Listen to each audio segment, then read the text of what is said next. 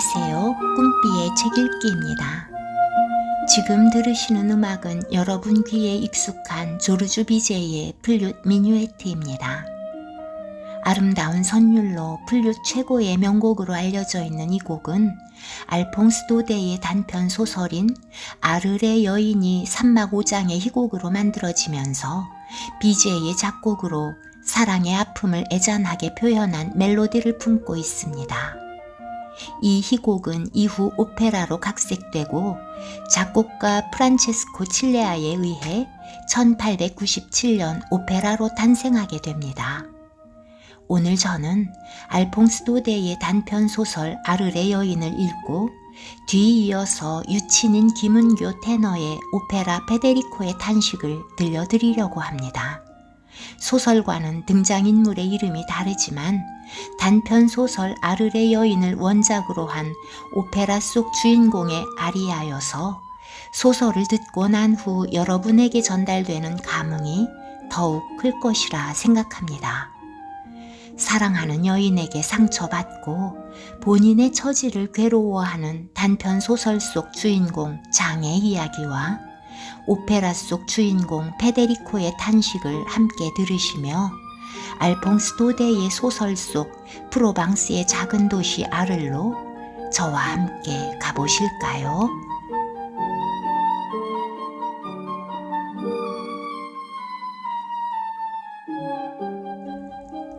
아르레 여인, 알퐁스 도데.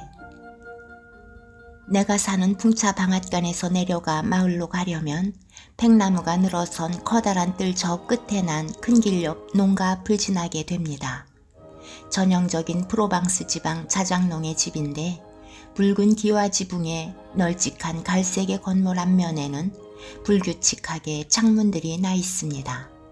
꼭대기의 지붕 밑 방에는 바람개비와 건초 더미들을 끌어올리는 도르래가 달려있고 건초 더미에서 갈색 건초 다발 몇 단이 삐져나와 있는 것이 보이지요? 어째서 이 집이 유달리 나를 사로잡은 것일까요? 그 집의 닫힌 대문을 보고 왜 내 가슴이 죄어들었을까요? 누가 물었다 해도 난 그 까닭을 말할 수 없을 텐데 아무튼 그 집만 보면 등골이 서늘했습니다. 집 주위가 너무도 고요했거든요.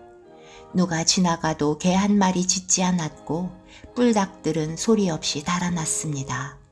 집안에서는 짹소리 하나 나지 않았습니다. 아무 소리도. 심지어 노새 방울소리 하나 들리지 않았지요. 창문에 드리워진 하얀 커튼과 지붕 위로 피어오르는 연기만 아니었다면 다들 사람이 살지 않는 집인 줄로만 알았을 겁니다. 어제 정오를 알리는 종이 울릴 때 나는 마을에서 돌아오는 길이었고 땡볕을 피하려고 그 농가에 담을 끼고 팽나무 그늘을 따라 걷고 있었습니다. 큰 길가, 농가 앞에서는 하인들이 묵묵히 건초를 짐수레에 싣는 작업을 마무리하고 있었고요. 대문은 열려 있었습니다. 나는 지나가면서 거기를 한번 쳐다보았고 뜰 안 저쪽 끝으로 널따란 돌 식탁에 팔을 괜 채 머리를 양손으로 싸쥐고 있는 키 큰 백발 노인이 보였습니다. 그는 지나치게 짧은 윗도리에 너덜너덜 다 떨어진 바지를 입고 있었습니다. 나는 걸음을 멈추었어요. 하인 한 사람이 내게 나지막이 말했습니다. 쉿, 주인 어른입니다. 아드님이 불행한 일을 당한 뒤로 저러고 계시지요. 이 순간 검은 옷을 입은 한 여인과 어린 남자아이가 금박을 입힌 두꺼운 기도서를 들고 우리 옆을 지나 집으로 들어가더군요. 그 하인이 덧붙였습니다. 주인 마님과 작은 도련님이 미사에 갔다 돌아오셨네요. 큰아드님께서 목숨을 끊은 뒤로 날마다 저렇게 미사에 가시지요. 얼마나 애통한지 모르겠어요. 아버님은 아직도 먼저 간 아드님의 옷을 입고 계시죠. 아무리 벗으라 해도 벗질 않으시네요. 이랴 가자 이놈의 말. 건초를 실은 짐수레가 흔들리더니 출발했습니다. 나는 좀 더 자세히 알고 싶어서 짐수레를 모는 하인에게 옆자리에 태워달라고 했고 그렇게 건초더미 틈에서 이 슬픈 이야기의 전말을 알게 되었습니다. 그의 이름은 장이었답니다. 20살짜리 잘생긴 농촌 젊은이로 아가씨처럼 얌전했고 건장한 체구에 얼굴이 밝았지요. 워낙 잘생겨서 여자들이 그를 유심히 쳐다보곤 했답니다. 하지만 그의 머릿속엔 오직 한 여자밖에 없었으니 알을 성벽 아래 장터길에서 우연히 한 번 마주친 벨벳 옷과 레이스로 치장한 자그마한 아를 여인이었습니다. 그의 집에서는 처음부터 이 관계를 마땅찮게 여겼답니다. 그 아가씨는 바람기 많다고 소문이 파다했고 그 부모도 이곳 사람이 아니었거든요. 그러나 장은 죽기 살기로 그 아를 여인을 원했답니다. 그 여자와 맺어질 수 없다면 난 죽어버릴 거야 라고 말하곤 했대요. 그 고집이 통했습니다. 추수가 끝나면 둘이 결혼하는 것으로 정해졌지요. 그러던 어느 일요일 저녁 농가 뜰에서 가족들이 막 저녁 식사를 마칠 무렵이었어요. 저녁 식사는 거의 결혼 피로연 같은 분위기였답니다. 예비 신부는 그 자리에 없었지만 사람들은 줄곧 그녀를 위해 축배를 들며 술을 마셨습니다. 대문간에 웬 남자가 나타나더니 떨리는 목소리로 집주인 에스테브 씨와 따로 얘기 좀 하고 싶다고 청하더랍니다. 에스테브 영감은 자리에서 일어서서 큰 길로 나갔죠. 찾아온 남자가 말했답니다. 영감님, 아드님을 부정한 여자와 결혼시키려 하고 계십니다. 그 여자는 2년 동안 저와 내연 관계였습니다. 제가 주장하는 내용을 증명하죠. 여기 편지 좀 보십시오. 그녀의 부모님이 모든 사실을 알게 되어 딸을 주겠다고 제게 약속한 편지입니다. 하지만 대개 아드님이 그녀와 결혼하고 싶다고 한 다음부터는 그 부모도 당사자도 저를 더는 거들떠보지 않더군요. 그래도 저는 이렇게 살던 여자가 다른 사람의 아내가 될 수는 없다고 봅니다. 에스테브 영감이 그 편지를 보고 나서 말했대요. 좋아요. 안에 들어와 포도주나 한 잔 하시지. 그 남자가 대답하기를 고맙습니다. 하지만 저는 지금 갈증보다는 슬픔이 커서 됐습니다. 그러고는 가버렸답니다. 영감은 아무렇지도 않은 듯 집으로 다시 들어가 제자리에 앉았고 식사는 기분 좋게 끝났습니다. 그날 저녁 에스테브 영감과 아들이 함께 들판으로 나갔지요. 둘이서 한참 밖에 있다가 집으로 들어오니 어머니가 그때까지 잠도 안 자고 기다리고 있었다네요. 영감이 아들을 아내에게 밀며 말했답니다. 여보, 얘 좀 안아줘요. 가엾은 녀석. 장은 아를 여인에 대해 더는 입에 올리지 않았습니다.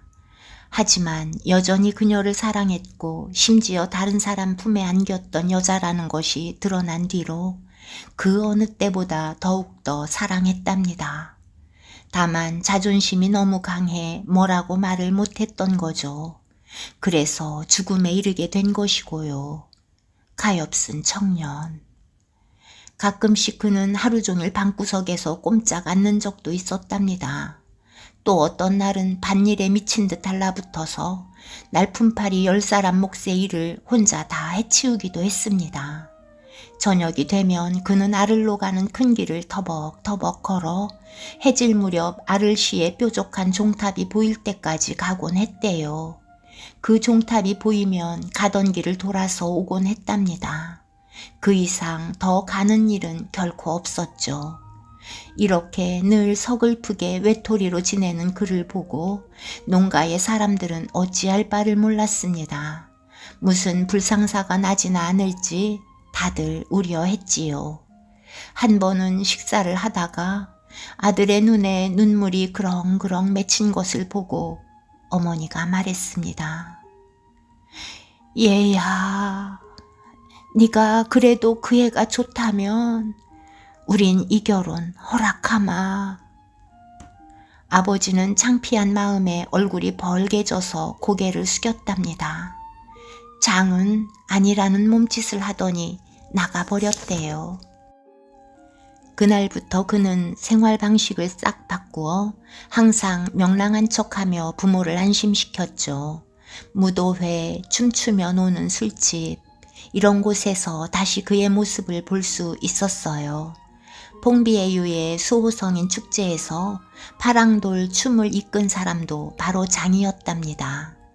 아버지는 말하곤 했죠.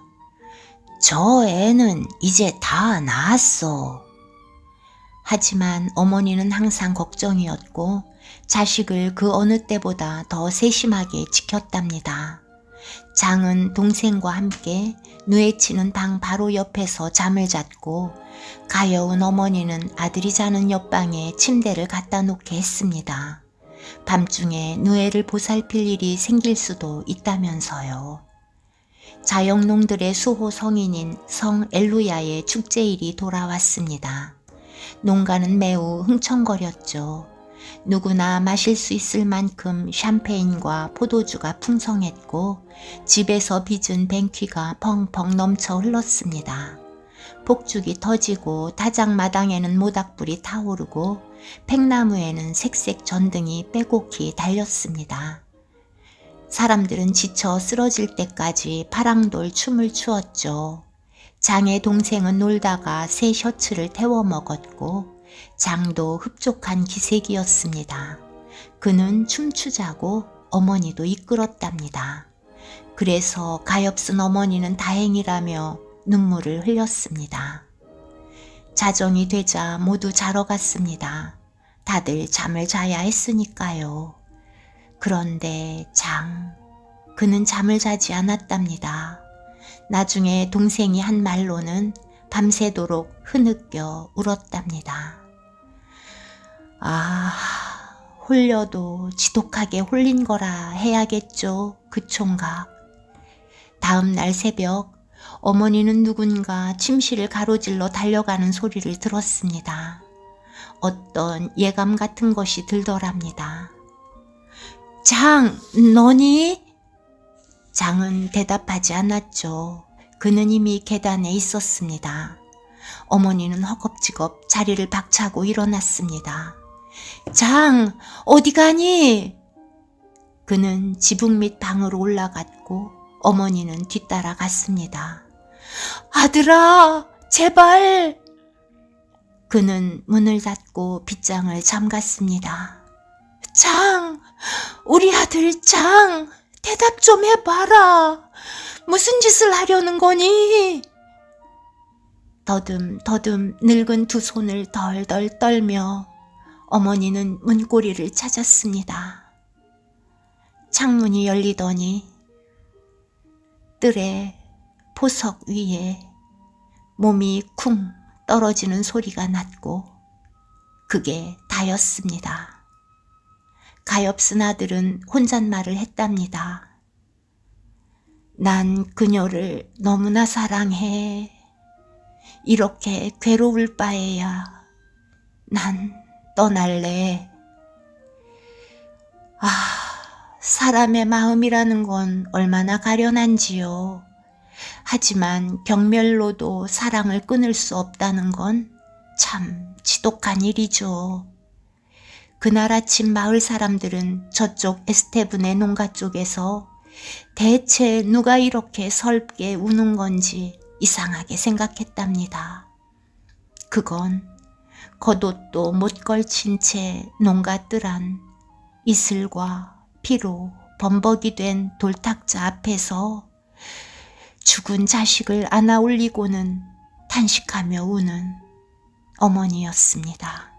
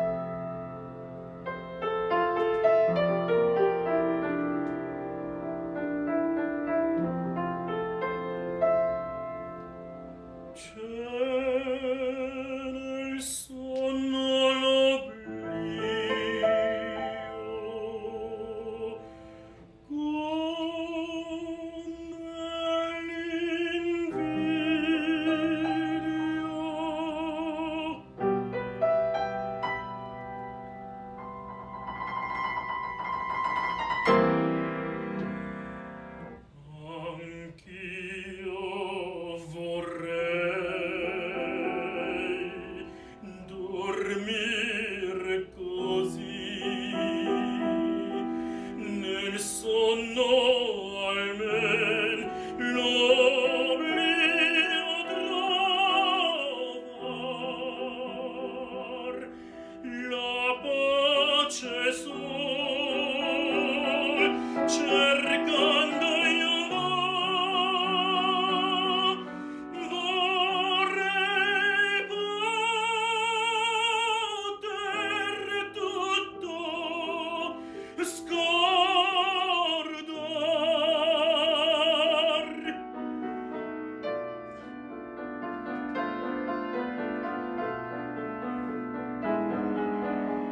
Ma ogni sforzo è vano,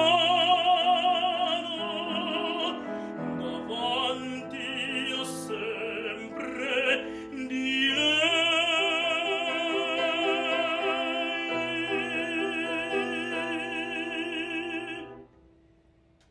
Il dolce sembiante.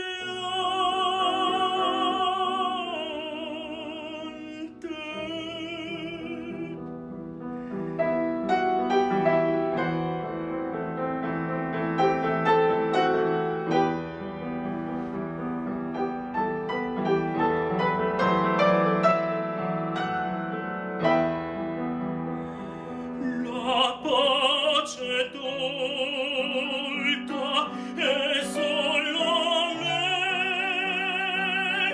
perché leggi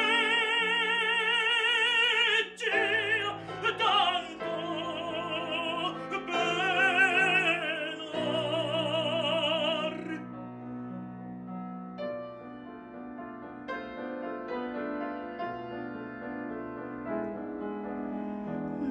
Lei sempre lei